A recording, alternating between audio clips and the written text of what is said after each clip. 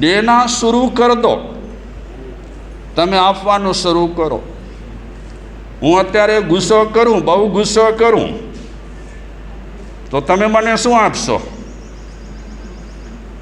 શું આપો? બોલો ભલે, કાંઈ નહીં, પણ આપો શું? બધાને તમને કહું કે તમે ખરાબ રહેલા છો, મજા આવે? તમને મજા આવે? બહારે જઈને શું વાત કરો? અહીંયા તો તમે ઇજ્જત જાળવો, માન મર્યાદા જાળવો, એટલે કાંઈ ના બોલો, પણ બહારે શું બોલો? મારા જઈ કે રહી ભૂત લગે તા. હા, કેમ આવું બોલે માણસો? આપ્યું એવું, જેવું આપણે આપીએ તેવું આપણને મળે. જો સારું આપીએ તો સારું મળે. તમે બધાના વખાણ કરો એટલે બીજા લોકો છે બહાર જઈને તમારા શું કરશે? મારું બરો ખાસો ભલા, પાંહેડા ચટાણા આવ્યું છતાં પાછા વખાણ કરીએ હતા. એટલે જેવું આપણે આપીશું તેવું આપણને મળવાનું છે. દેના શરૂ કર દો, આપવાનું શરૂ કરો. તમને કેવું ખપે છે એ તમારે નિર્ણય કરવાનો છે. અગર તમને સારું જોઈતું હોય તો તમે સારું આપો. એ ક્યારે બનવાનું નથી કે આપણે ખરાબ આપીએ અને સારું મેળવવાની આશા રાખીએ. બિલકુલ નથી બનવાનું. ખેતરમાં જે વવાશે તે આપણને મળશે. ભલે ને આપણે શાંતિનાથ ભગવાન પાસે 24 કલાક બેઠેલા હોઈએ, પણ ખેતરમાં જે વવાશે તે જ મળશે. બાજરો વાવ્યો હોય અને વિચારીએ કે એ બાજર જે ડાળે મેં રતન થઈએ, હા, કારણ કે હું શાંતિનાથ ભગવાનને બહુ માનું છું, અપરંપાર શ્રદ્ધા રહેલી છે. પણ એવું નહીં બને. શાંતિનાથ ભગવાન પણ કુદરતથી વિરુદ્ધ નહીં જાય. આપણે જેવું આપીશું તેવું આપણને મળશે. નક્કી કોને કરવાનું છે? નક્કી વ્યક્તિગત રીતે બધાને કરવાનું છે. માણસને નક્કી કરવાનું છે. અત્યારે આપણે સારી રીતે જીવીએ છીએ માની લો, તો એનું કારણ શું હશે? અત્યારે આપણે સારી રીતે જીવતા હોઈએ તો એનું કારણ શું હશે? આપણે કાંઈક આપ્યું છે આ ભવમાં કે પહેલાંના ભવોમાં, માટે હું એકદમ સરસ રીતે જીવું છું. અત્યારે હું સારી રીતે જીવી ન શકતો હોઉં અને મારી લાઈફમાં ગડબડ રહેલી હોય તો એમાં કારણરૂપ કોણ છે? કારણરૂપ બીજા કોઈ જ નથી. ડોરા કારા કાંઈ કરવાના નથી, અડદના દાણા કાંઈ કરવાના નથી, લીંબુ ગમે તેટલા મંત્રીને ફેંકે કાંઈ થવાનું નથી. કોઈની બાપની તાકાત નથી કે લીંબુથી આપણને પરેશાન કરી નાખે. પરેશાન શેનાથી થઈએ છીએ આપણે? અડદના દાણાથી નહીં, લીંબુથી નહીં. આપણી જે રીતે વાવણી છે તે રીતે આપણને મળી રહ્યું છે. એટલે દેના શરૂ કર દે, આપવાનું શરૂ કર. હમણાં 10-15 વર્ષમાં અમે અનુભવ્યું કે આપણે એકદમ પ્રેમથી રહીએ ને તો લોકો આપણને પ્રેમ જ આપે. પ્રેમથી રહીએ તો કોઈની સાથે વિખવાદો, લડાઈ ઝઘડા ન કરીએ તો લોકો આપણને રિસ્પોન્સ આપે છે, બિલકુલ પ્રતિસાદ આપે છે. અગર આપણે જેમ તેમ જીવન જીવતા હોઈએ તો સામે પ્રતિસાદ પણ, રિસ્પોન્સ પણ આપણને તેવો જ મળે. એટલે દેના શરૂ કર દે. પહેલાં આપણને નક્કી કરવાનું છે કે મને ખપે શું છે, મને જોઈએ શું છે. શું ખપે આપણને બધાને? સારું કે ખરાબ? હા, સારું જ આપણને ખપે છે. અગર આપણને સારું ખપતું હોય તો દેવું પડશે કેવું? આપવું પડશે સારું. સારું આપીશું તો આપણને સારું મળશે. સારું નહીં આપી અને સારું મળે એવી આશા રાખીશું એ તો પોસિબલ નથી. એટલે દેના શરૂ કર દે, આના ભી શરૂ હો જાયેગા. તો દેવાનું શરૂ કરીશ એટલે આવવાનું પણ ચાલુ થઈ જશે. આવવાનું ચાલુ થશે અને એ આવવા માટેની ઘણી ચીજો રહેલી છે. આમાં તો સુવિચારમાં 2 જ વસ્તુ રાખી છે, ઇજ્જત ભી ઓર બરકત ભી. ઇજ્જત પણ શેનાથી મળે? ઇજ્જત માણસને શેનાથી મળે? કોઈની આપણે ઇજ્જત રાખતા ન હોઈએ, કોઈને આપણે ઇજ્જત દેતા ન હોઈએ તો આપણને શું લોકો ઇજ્જત આપશે? આપણે પૈસાદાર કેટલા છીએ એનું મહત્ત્વ નથી, આપણો વ્યવહાર કેવો છે એ મહત્ત્વનું રહેલું છે. પૈસાદાર કેવલ બહુ બધાની ઇજ્જત લૂંટતો હોય, બધાને બે ઇજ્જત કરતો હોય તો સામેના લોકો પણ એને એ જ આપવાના છે. એટલે બરકત પણ આપણને શેનાથી મળે? ઇજ્જત પણ આપણને શેનાથી મળે? શેનાથી મળે?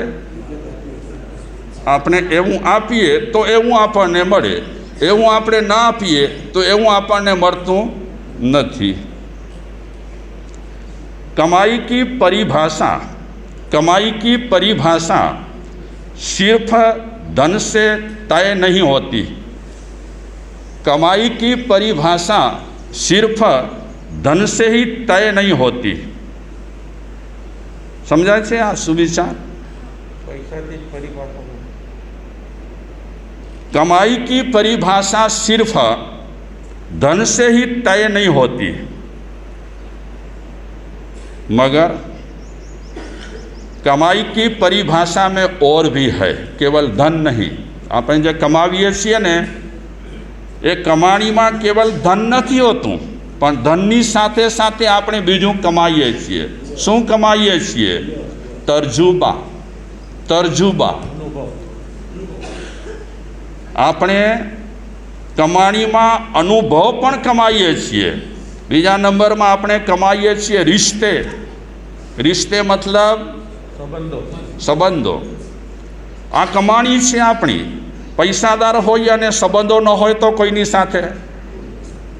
યાદ રાખજો પોપટભાઈ, કેવલ પૈસાથી માણસ વિશ્વાસ નહીં કરે.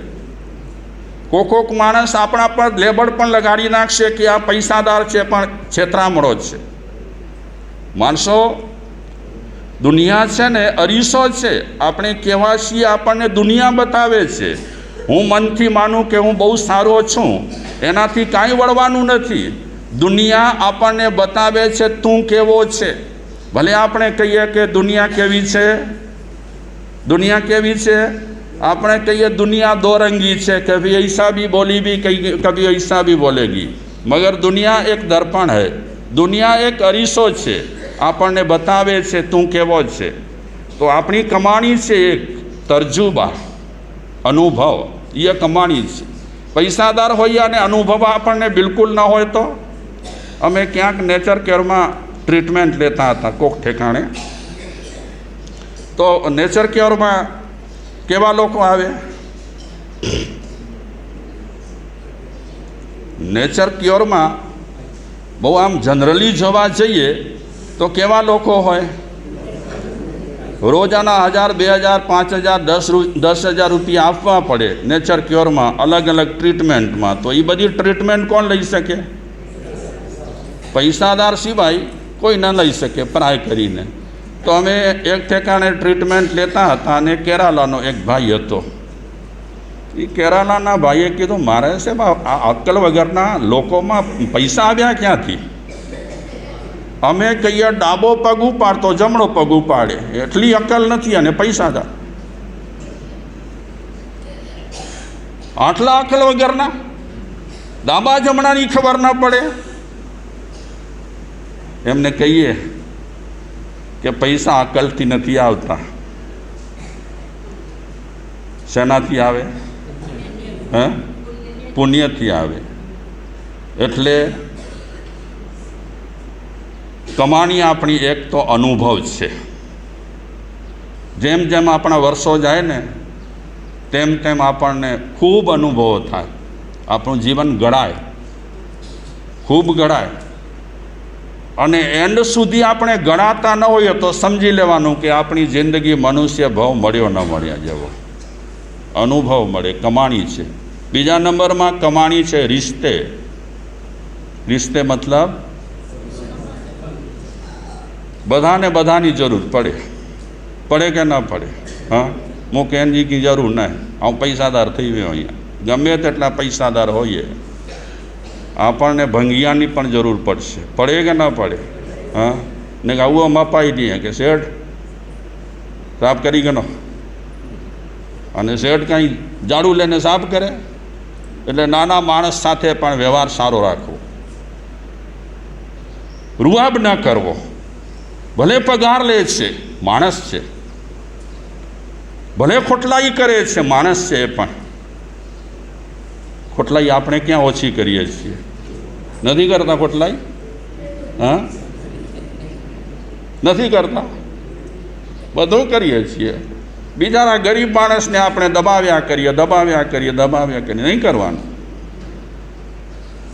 તમે બંગલાવાળા છો, વાંધો નથી, સારું છે, ભગવાનની કૃપા છે તમારા પર, પુણ્ય તમને યારી આપી છે. પણ નાના માણસ સાથે તમે ગેરવર્તન ન કરો. એનો દિલ તૂટી જાય ત્યાં સુધી વર્તન નહીં કરવાનું. રિશ્તે સંબંધો તો જાળવી રાખવાના. ઘણા લોકો ગામમાં એવા હોય, ગમે તેને કુકાર કરે ને, કુકાર સમજો ને, ગામડેજી ભાષા વાપરી તો, ગમે તેને કુકાર કરે, બોલાવે, મતલબ માણસ 70 કામ છોડી કરી અને હાજર થઈ જાય. કેમ? શા માટે? એની લાત આવું 17 કામ છડીને અચીંદો છે. એ ભાઈએ રિશ્તા સંબંધો ટકાવ્યા છે. આ કમાણી છે. તરજુમાં એક કમાણી છે, રિશ્તે પણ એક કમાણી છે. ગમે તેટલા આપણે બુદ્ધિશાળી હોઈએ, હોશિયાર હોઈએ, આપણને માણસની જરૂર પડશે, નાના માણસની પણ જરૂર પડશે, મોટા વ્યક્તિની પણ જરૂર પડશે.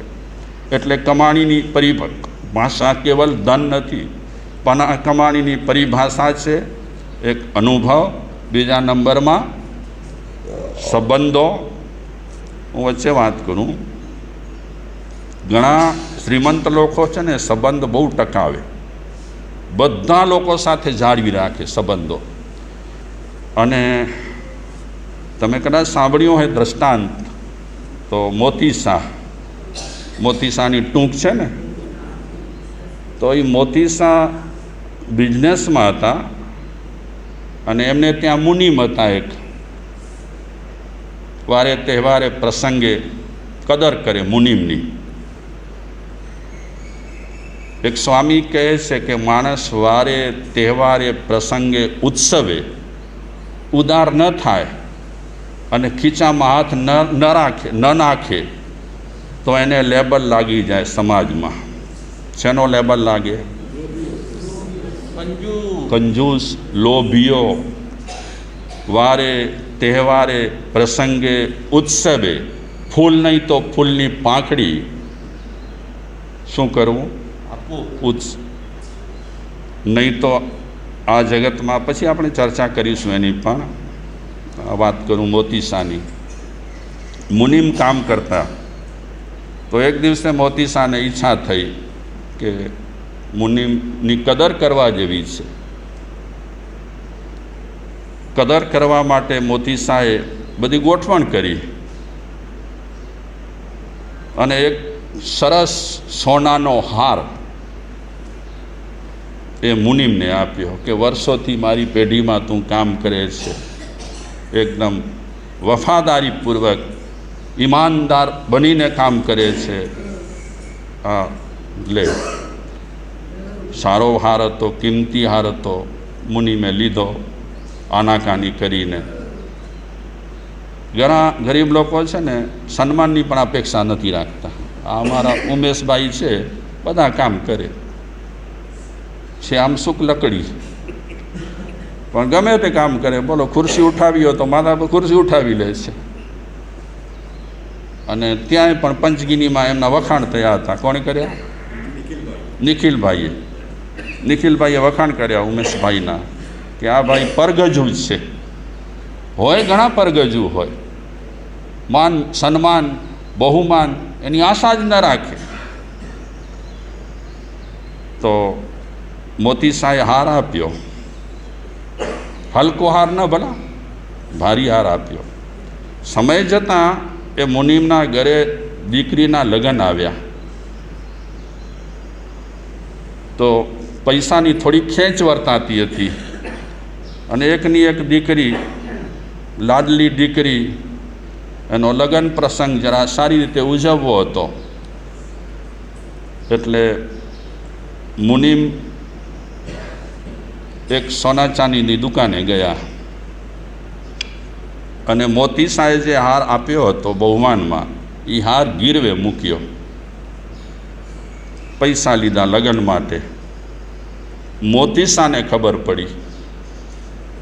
ઘણા લોકો સંબંધ પરસ્તરેલા હોય, સંબંધોમાં માનતા હોય, સંપત્તિ એ સંપત્તિ છે, પણ સંબંધોની સંપત્તિ એનાથી ચડિયાતી છે.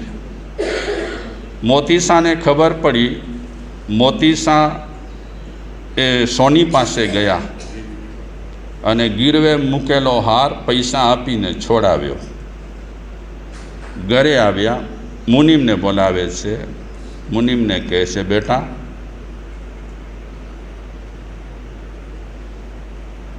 હું તારો બાપ નથી, હું તને દીકરા તરીકે માનું છું. તારા ઘરે લગ્ન પ્રસંગ, તારી દીકરીના લગ્ન એ મારી દીકરીના લગ્ન, આવું કરાય? મેં તને પ્રેમથી ભેટ આપેલો હાર એને તે ગીરવે મૂક્યો, અને તને એટલો વિશ્વાસ મારા પર ન હતો કે લગ્ન માટે તું પૈસાની માંગણી કરીશ તો હું ના પાડી દઈશ? હું લગ્ન તારી દીકરીના કરીશ, ધામધૂમથી કરીશ, તારે એક પાઈ વાપરવાની નથી. લે આ હાર. સોનું ચડાવવાનું છે દીકરીને, એ હું જ ચડાવીશ. આવું કરે શેઠિયા તો કામ કરનારા માણસોનું દિલ કેવું બને? હા, પણ આપણે બિચારા નોકર લોકોની ચૂસીએ. હા, કલાકો સુધી ટાઈમ નીકળી ગયો હોય તે છતાં પણ કામ કરાવતા રહીએ. કર કર કર. તો બિચારો કહે છે મુકે તાવ છે તો શેઠ સમય થઈ ગયો હોય, રજા દો ને. તે છતાં આપણે ખેંચતા રહીએ પૈસાના લોભે, ઓછા પૈસા આપીને. સંબંધ પરસ્ત રહેવાનું, સંબંધોને જાળવી રાખવાના. ઘણા ગામોમાં અમે જોયું છે, ઘણા લોકો બહુ પ્રિય રહેલા હોય, ગામ લોકો માટે બહુ જ પ્રિય હોય, અને ખડે પગે એના માટે હાજર થઈ જાય. તો હું કહેવા માગું છું કે કમાણીની પરિભાષા કેવલ ધન નથી. કમાણીની એક પરિભાષા છે અનુભવ, સંબંધો, પ્રેમ. આ કમાણી છે, પ્રેમ કમાવાનું. એવું ન બને કે પૈસા ઘણા આવ્યા પછી આપણામાંથી પ્રેમ જ ચાલ્યો જાય, સાવ સૂકા થઈ જઈએ, જેની તેની સાથે આપણે કઠોર વ્યવહાર કરીએ તો પૈસા આપણા માટે નુકસાનકારક નીવડે. એટલે હંમેશા દરેક વ્યક્તિ સાથે જેટલો પ્રેમ રખાય તેટલો પ્રેમ રાખવાનું. જોકે આ બધું કામ અઘરું છે હો. માળા ગણવી એકદમ સહેલી છે, એકને બદલે આપણે 10 માળા ગણી નાખીશું, પણ આ બધું કરવું બહુ જ અઘરું છે. કારણ કે એ જે તે કરવાનું હોય તે દિલથી કરવાનું હોય, હૃદયથી કરવાનું હોય, સોંસરું કરવાનું હોય, બહુ મુશ્કેલથી થાય. પ્રેમ ક્યાંથી આપણે લઈશું? પ્રેમ ક્યાંથી આપણને મળશે? હા, કોટડી, ડેઢિયા, ક્યાંથી મળશે પ્રેમ? પ્રેમ આપણી પાસે જ છે, આપણે વાપરતા નથી. લોભિયા થઈ ગયા છીએ, બહુ કંજૂસના કાકા થઈ ગયા છીએ. આ બધું વાપરીએ ને તો આપણે આજે આ 5મા આરામાં પણ મજેથી જીવી શકીએ, પણ નથી વાપરી શકતા. અમે શરૂમાં જ્યારે વ્યસન મુક્તિ અભિયાન ચલાવ્યું ને ત્યારે ઘણા લોકો સાથે જરાક કઠોર વ્યવહાર કરતા હતા, બોલતા હતા, અમે કહેતા હતા, શરમ નથી જે દારૂ પીએ તો જે ઘર જીતા ઇજ્જત રખ, આવું બોલતા. પણ જેમ જેમ અનુભવ થતા ગયા તેમ તેમ અમને લાગ્યું કે જે વ્યક્તિ વ્યસન કરે છે એ પેશન્ટ છે. પેશન્ટ મતલબ કે દર્દી છે. તો દર્દી સાથે વ્યવહાર કેવો કરવાનો? તો દર્દી સાથે વ્યવહાર કાંઈ કઠોર ન હોય, દર્દી સાથે વ્યવહાર પ્રેમ આપીને કરવાનું. તો છેલ્લે હમણાં ઘણા વર્ષથી અમે કોઈને નફરતથી નથી જોતા. સારા ઘરનો માણસ હોય ને દારૂ પીએ છે, અમારી પાસે આવે, પણ એને સંભળાવવાનું, એને મેણા ટોણા મારવાના, ખોટા કોમેન્ટ આપવાના બધું છોડી દીધું છે. એવાને અમે ત્યાં સુધી છોડી દીધું છે કે તમે ધર્મ ધ્યાન કઈ રીતે કરો છો એ તમારા પર છે.